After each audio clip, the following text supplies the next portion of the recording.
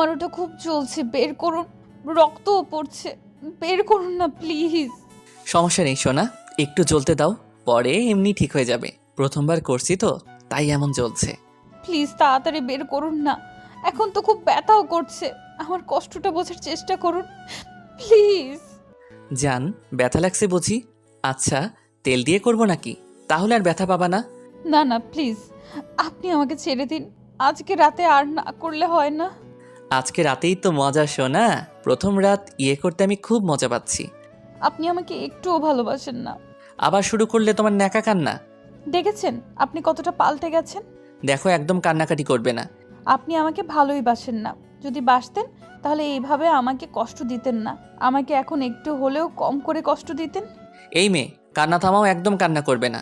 দেখেছেন আপনি আমার উপর কতটা রাগ করে আছেন। প্লিজ আপনি আমাকে আর কষ্ট দিয়েন না। আমি তো আপনাকে ভালোবাসি, তাই এমনটা করেছি। তোমাকে কে বলেছিল এমনটা করতে? হ্যাঁ, আমি বলেছিলাম। না, কিন্তু এমনটা না করলে আমি আপনাকে পেতাম না, আপনাকে হারিয়ে ফেলতাম সারা জীবনের জন্য। আপনাকে কাছে পাওয়ার জন্য এমনটা করে কি অন্যায় করেছি বলেন? নাকি আপনি এখন আর আমাকে ভালোবাসেন না? আমি কোনো কথা বললাম না। নেহা ফুপিয়ে ফুপিয়ে উঠতে লাগলো। তারপর একটা সময় আমার কাছে এসে, তারপর যখনই আমাকে জড়িয়ে ধরবে তখন আমি সরে গেলাম। আপনি এখনো আমার উপর রাগ করে থাকবেন? আপনি কি আমাকে একটু জড়িয়ে ধরবেন না? প্লিজ আমাকে জড়িয়ে নিন। জানেন আমার না অনেক কষ্ট হচ্ছে। এইটা তোমার শাস্তি। তুমি এমনটা কেন করলে? বললাম তো, এমনটা না করলে আপনাকে পেতাম না। আপনি চাইতেন না আমরা এক হই, বলেন? চাইতাম, কিন্তু এমন করে কখনোই নয়।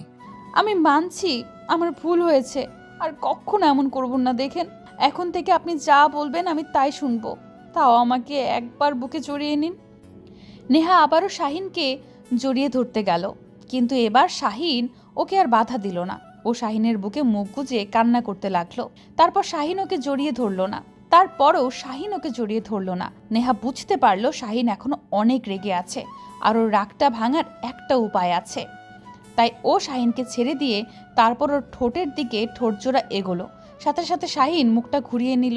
নেহার কান্নার গতিটা আরও বেড়ে গেল।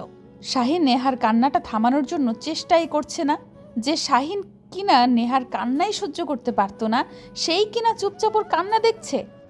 শাহিন প্রচণ্ড পরিমাণে রেগে আছে, কোনো কথাই বলছে না। আসলে অনেক রেগে আছে সেজন্য। নেহা আজকে সকালে এমন একটা কাজ করেছে যার জন্য শাহিন ওকে হারাতে বসেছিল। শেষে বাধ্য হয়েছে দুই পরিবার ওদের বিয়ে দিতে। শাহিন কোনো কথা বলছে না দেখে নেহা ওর পায়ের কাছে বসে পড়ল। তারপর ওর পাগুলো জড়িয়ে ধরে বলল, বিশ্বাস করেন আমি আর কখনো এরকম ভুল করব না। আমি ভয় পেয়ে গিয়েছিলাম, ভেবেছিলাম আপনাকে হারিয়ে ফেলবো। আপনি তো জানেন আমার আব্বু কতটা রাগী। আব্বু যদি একবার আমাকে অন্য জায়গায় বিয়ে দিয়ে দিত তাহলে আমি আপনাকে হারিয়ে ফেলতাম। তাই ভয়ে এরকমটা করেছিলাম।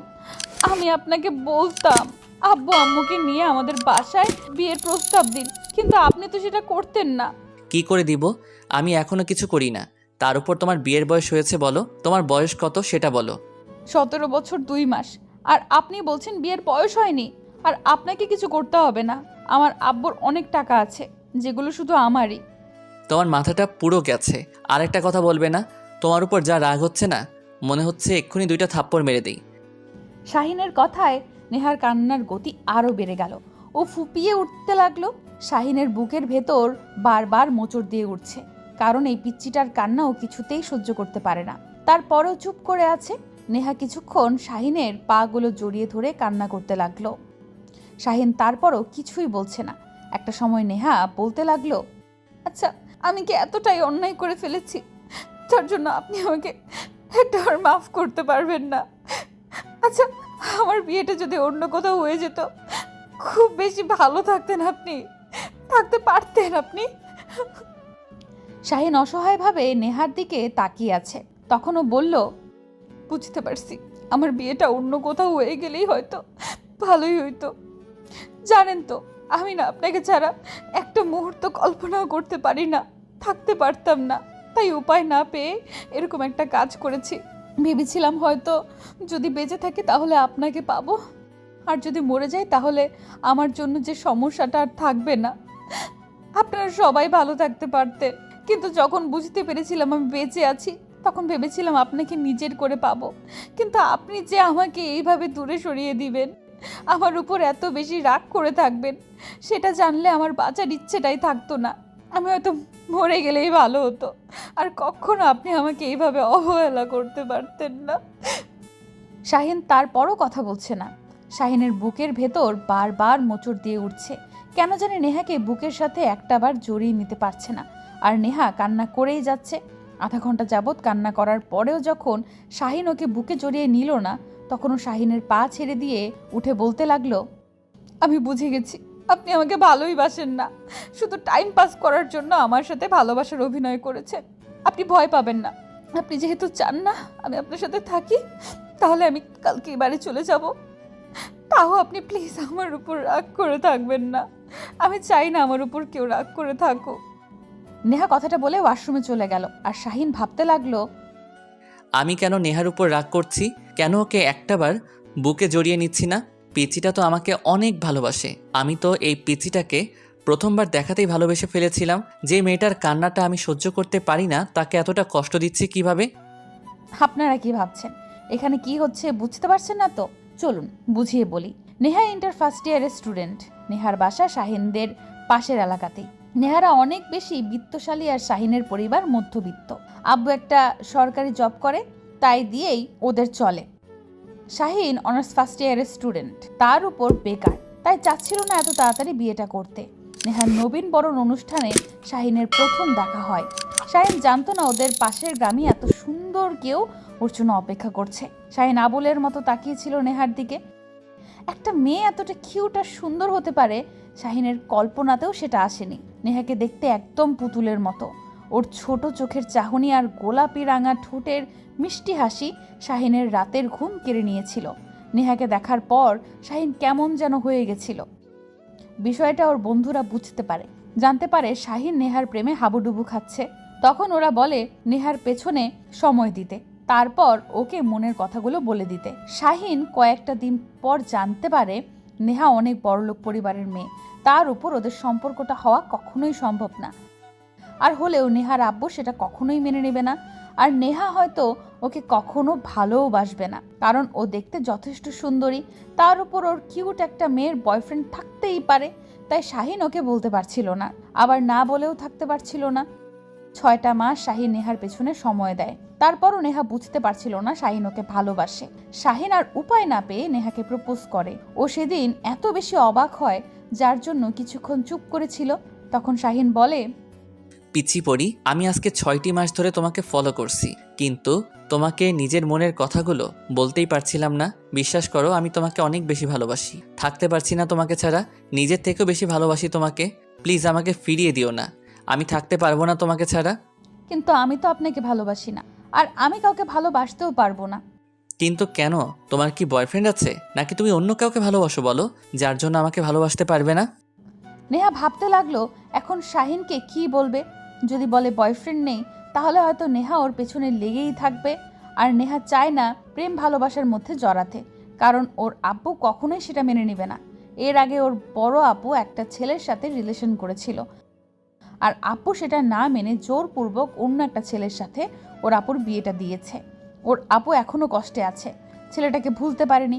হয়তো সংসার করে যাচ্ছে, কিন্তু তারপরেও অনেক বেশি কষ্ট পাচ্ছে। তাই নেহা ভাবে শাহিনকে সরিয়ে দেওয়ার প্রচেষ্টা করবে, তাতে হয়তো এই ঝামেলাটা আর হবে না। যদি ভুলেও নেহা কারো প্রেমে পড়ে যায়, তাহলে হয়তো আব্বু আম্মু সেটা কখনোই মেনে নেবে না। সবটা ভেবেই ও বলতে লাগলো, হ্যাঁ, কারণ আমার বয়ফ্রেন্ড আছে, আর আমি ওকে অনেক বেশি ভালোবাসি। থাকতে পারবো না ওকে ছাড়া। একজনকে ভালোবাসার পরেও কি করে আপনাকে ভালোবাসি বলেন? আমাদের আজকে 5 বছরের রিলেশন, তাই আমার পক্ষে আপনাকে ভালোবাসা সম্ভব নয়। কিন্তু আমি তো জানি তোমার বয়ফ্রেন্ড নেই, আর তুমি কাউকে ভালোবাসো না। সেই জন্যই তোমার পেছনে সময় দিয়েছি, আর তোমাকে অনেক বেশি ভালোবেসে ফেলেছি। প্লিজ আমাকে ফিরিয়ে দিও না। দেখেন, আপনার সাথে রিলেশনে যাওয়া আমার পক্ষে সম্ভব না। আমি তো সেটা বলেই দিলাম। প্লিজ আমাকে ডিস্টার্ব করবেন না, তাহলে কিন্তু আমি প্রিন্সিপালের কাছে কমপ্লেন করতে বাধ্য হব। এই ঘটনার পরও শাহিন একটা মাস নেহার পেছনে ঘোরে, তারপরেও ওর থেকে কোনো রেসপন্স পায়নি। তাই শাহিন শেষ পর্যায়ে আশাটা ছেড়ে দিয়েছিল। একটা মাস আর শাহিন নেহার সামনে আসছিল না, আর বারবার বলছিল না ভালোবাসি কথাটা বলে ডিস্টার্বও করছিল না।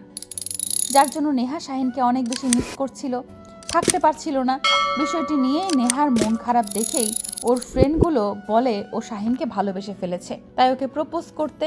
তারপর নেহা নিজে থেকেই শাহিনকে প্রপোজ করে। শাহিনও অ্যাকসেপ্ট করে নেয়। নেহা সেদিন প্রথমবার শাহিনকে শক্ত করে জড়িয়ে ধরেছিল। শাহিনের পুরো শরীরটা ঠান্ডা হয়ে গেছিল। তারপর থেকেই চলছিল ওদের রিলেশন। কিন্তু 6টা মাস যেতে না যেতেই নেহার পরিবার সবটা জানতে পারে। সব শুনে নেহার আব্বু প্রচন্ড পরিমাণে রেগে যায়। ওনাকে শান্ত করতে নেহা বলে কখনো শাহিনের সাথে দেখা করবে না, আর রিলেশনটাও রাখবে না। 15 দিন নেহা শাহিনের সাথে দেখা করা, কথা বলাও বন্ধ করে দেয়, যার জন্য ও পুরো পাগল হয়ে যাচ্ছিল। শাহিন পুরো ডিপ্রেশনে চলে গেছিল, খাওয়া দাওয়া করতো না, কারোর সাথে কথাও বলতো না। 15 দিন যেতেই নেহা শাহিনের সাথে দেখা করে। সেদিন শাহিন ওকে জড়িয়ে ধরে অনেক কান্না করে বলে, পিচ্চি পরি, কোথায় ছিলে তুমি? জানো আমি তোমাকে না দেখে থাকতে পারি না। এই কয়েকটা দিন নিজেকে খুব অসহায় মনে হতো, জানো তো? আমাকে এভাবে কষ্ট কেন দিচ্ছ? আমি না তোমাকে ছাড়া বাঁচতে পারবো না। প্লিজ আমাকে ছেড়ে যেও না, আমি শেষ হয়ে যাব, জানো তো? শাহিনের কান্না দেখে নেহাও কান্না করে দেয়। ভাবে আব্বুকে রাজি করাতে হবে, না হলে ওদের পালিয়ে গিয়ে বিয়েটা করতে হবে।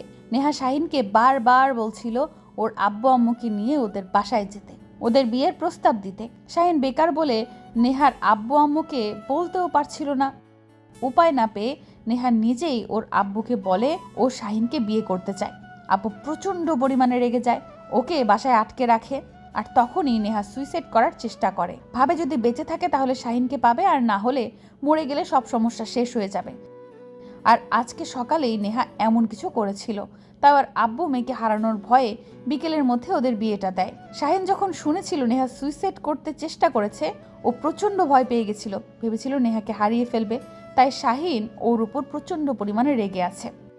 ঘণ্টাখানিক পর নেহা ওয়াশরুম থেকে বেরিয়ে আসে, দেখে শাহিন এখনও সেখানেই দাঁড়িয়ে আছে। নেহা বিছানার দিকে যেতে গেলে শাহিন ওর সামনে দাঁড়ায়। নেহা পাশ কাটিয়ে চলে যেতে গেলে শাহিন ওর হাত ধরে ফেলে আর বলে, এরকমটা কেন করলে? খুব বেশি ভালো থাকতাম তোমার কিছু হয়ে গেলে। তুমি জানো না আমি তোমাকে কত বেশি ভালোবাসি। থাকতে পারতাম তোমাকে ছাড়া, বলো? বললাম তো আপনাকে ছাড়া থাকতে পারতাম না। আমার হাত ছাড়ুন। আমি বুঝে গেছি আপনি আমাকে ভালোবাসেন না। যদি ভালোবাসতেন তাহলে আব্বু আম্মুর কাছে অনেক আগেই কথাগুলো বলতেন। আপনি টেনশন করবেন না, আমি কালকেই বাসা ছেড়ে চলে যাব। আপনি যেহেতু আমাকে মানতে পারবেন না, সেহেতু আমি আর এখানে থাকবো না। সত্যি চলে যাবে? থাকতে পারবে তো আমাকে ছাড়া? তাহলে আমার কি হবে? হ্যাঁ, চলে যাব। কষ্ট হবে আপনাকে ছাড়া থাকতে, তারপরেও চেষ্টা করতে হবে। আপনি তো চান না আমি আপনার কাছে থাকি। আর আপনার কি হবে মানে?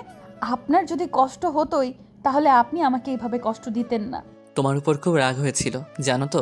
যখন শুনেছি তুমি এরকম একটা কাজ করছো, তখন শুধু ভেবেছি তোমার কিছু হয়ে গেলে আমি কি নিয়ে থাকবো। শাহিনের চোখের পানি দেখেই নেহা আর রাগ করে থাকতে পারল না। শাহিনকে শক্ত করে জড়িয়ে ধরলো। শাহিন ওকে বুকের সাথে চেপে ধরলো। এবার শাহিন কান্না করে বলে উঠল, ভয় পেয়ে গেছিলাম, যদি কিছু হয়ে যেত তাহলে বাঁচতে পারতাম না। বললাম তো ভুল করে ফেলেছি, আর কখনো এমন করব না। এমনটা না করলে তো আপনাকে কাছে পেতাম না। আপনিও তো আমার বাসায় কিছু বলছিলেন না। অন্য কোনো উপায়ে আমরা এক হতাম। তারপরও এমন একটা কাজ কেন করলে? ওই সময়টাতে শুধু মাথায় ঘুরপাক খাচ্ছিল, আপনাকে না পেলে আমি বাঁচতে পারবো না, তাই এরকম একটা কাজ করে ফেলেছি। আর কখনোই এরকম হবে না, দেখেন। আমি এখন থেকে অনেক ভালো মেয়ে হয়ে যাব, শুধু আপনার কথাই শুনবো। শাহিন আবারও চুপ করে রইল। কথা বলছেন না যে? ভালোবাসেন না আমাকে? একটু আদর করবেন না আজকে? নেহা বাচ্চাদের মতো করে কথাগুলো বলল। শাহিন ওকে ছাড়িয়ে নিয়ে মুখের দুপাশে হাত দিয়ে ওর সারা মুখে চুমু দিতে লাগলো। শাহিনের স্পর্শে নেহা চোখ জোড়া বন্ধ করে রাখলো। দীর্ঘ 5 মিনিট শাহিন নেহার সারা মুখে চুমু দিল। তারপর খেয়াল করলো নেহার গোলাপি রাঙা ঠোঁট জোড়া কাঁপছে। শাহিন আর দেরি না করে ওদের 4 ঠোঁট এক করে দিল। নেহাও শাহিনের শার্টের কলার আঁকড়ে ধরল। শাহিন ওর কোমর জড়িয়ে ধরে নিজের সাথে মিশিয়ে নেয়। দুজন দুজনের ভালোবাসার স্পর্শে বিভোর হয়ে যায়। তো ভালো থাক ভালোবাসা।